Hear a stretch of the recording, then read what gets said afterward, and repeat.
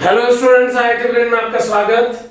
आज हम एसएस स्क्रोटो के प्रॉब्लम 1.16 पर डिस्कस करेंगे। सो एक बार आप क्वेश्चन सुने।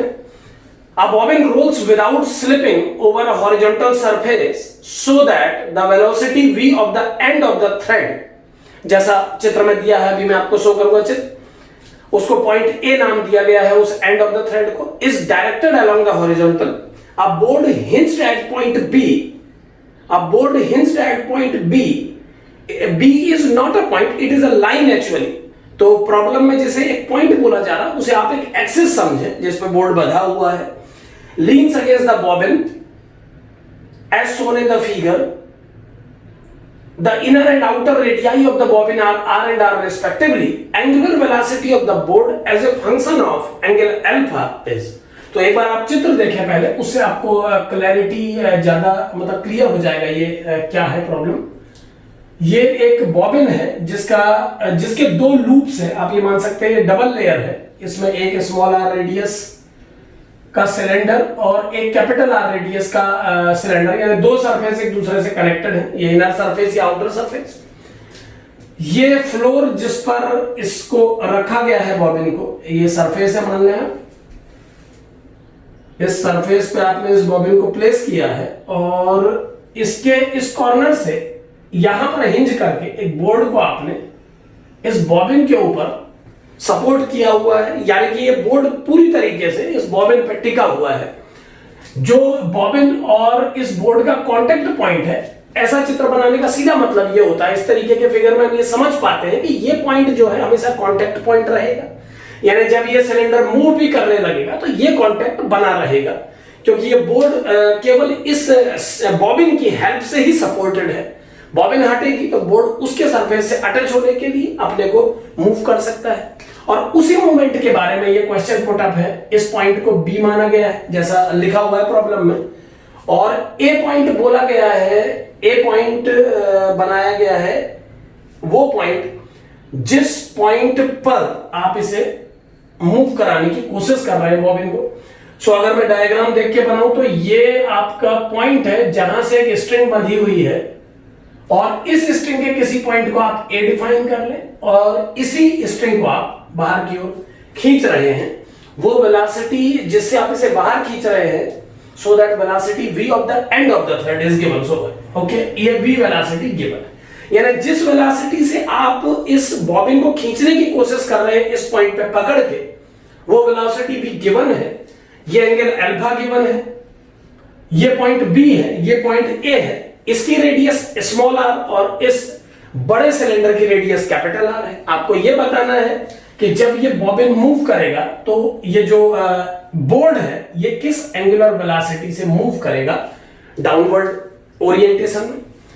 सो कैसे सॉल्व करना पड़ेगा समझे। प्रॉब्लम रोटेशन के कंस्ट्रेंट पर बेस्ड है, और प्रॉब्लम का पूरा जो कंसेप्ट है वो इस कांटेक्ट पॉइंट पर अटैच है।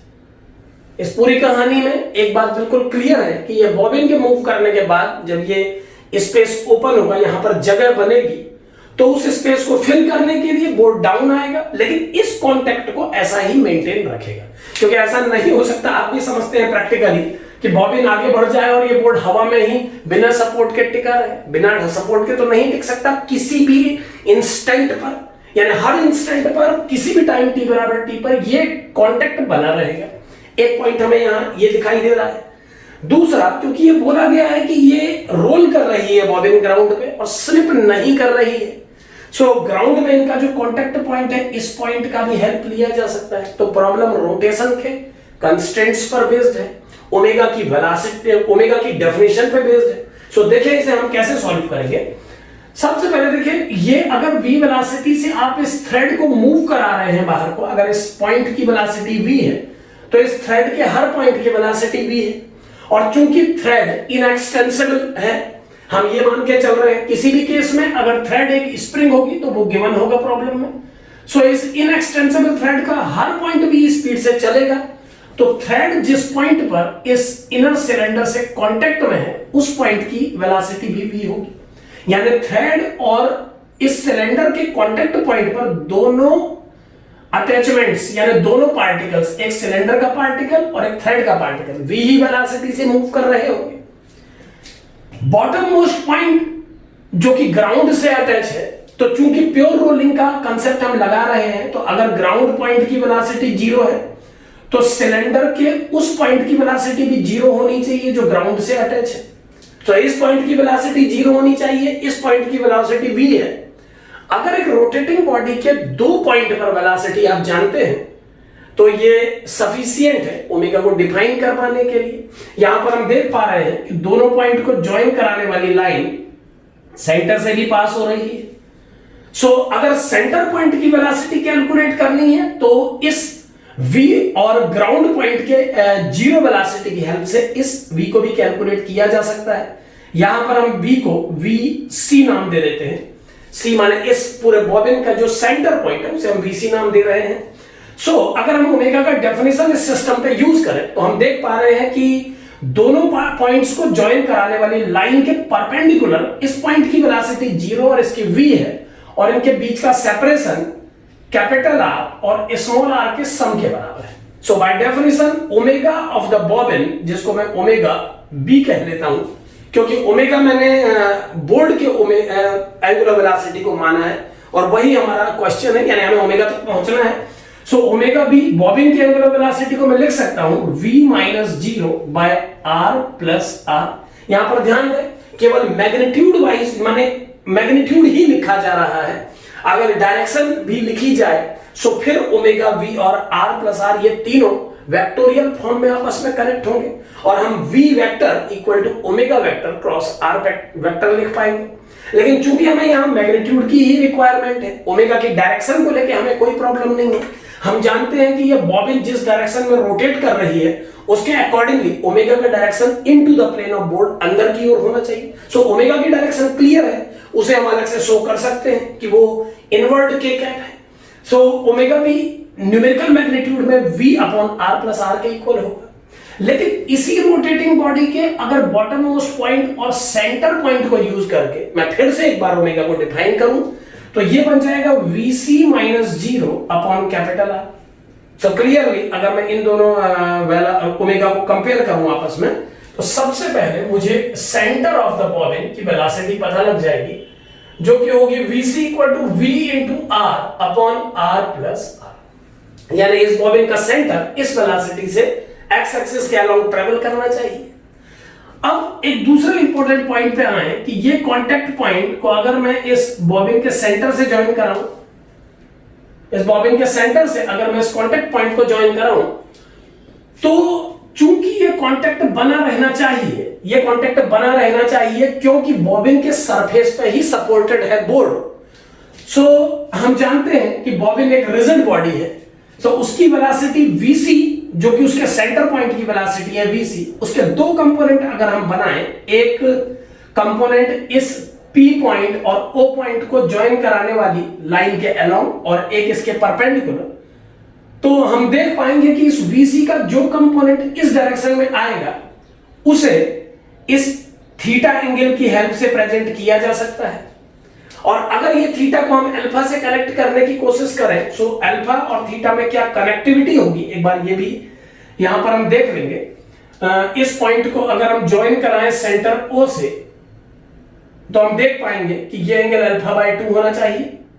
अब ये एंगल अल्फा बाय 2 इसीलिए होना चाहिए क्योंकि किसी एक्सटर्नल पॉइंट से एक सर्कल पर जो दो टेंजेंट डलते हैं वो दोनों टेंजेंट से बनने वाले ये दो ट्रायंगल आपस में कॉन्वर्जेंट होंगे। यहां पर आप देख पा रहे हैं ये एंगल 90 डिग्री है, ये एंगल 90 डिग्री है, टेंजेंट्स की लेंथ एक्सटर्नल पॉइंट से सेम होती है।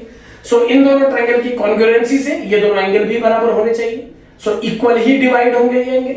ये अल्फा बाय 2 है, ये 90 है, तो इसका वैल्यू 90 माइनस अल्फा बाय 2 आ जाएगा। ये 90 माइनस अल्फा बाय 2 अगर आता है सो इस 90 माइनस अल्फा बाय 2 की हेल्प से ये वाला एंगल भी कैलकुलेट किया जा पाएगा। ये अल्फा बाय 2 तो ये भी आ जाएगा 90 माइनस अल्फा बाय 2।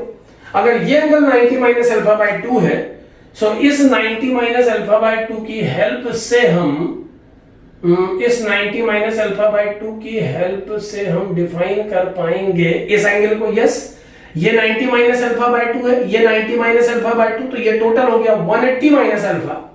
तो ये एंगल अल्फा के बराबर होना चाहिए, यानी ये अगर अल्फा है तो जिसे हम थीटा कह रहे हैं उसे 90 माइनस अल्फा होना चाहिए।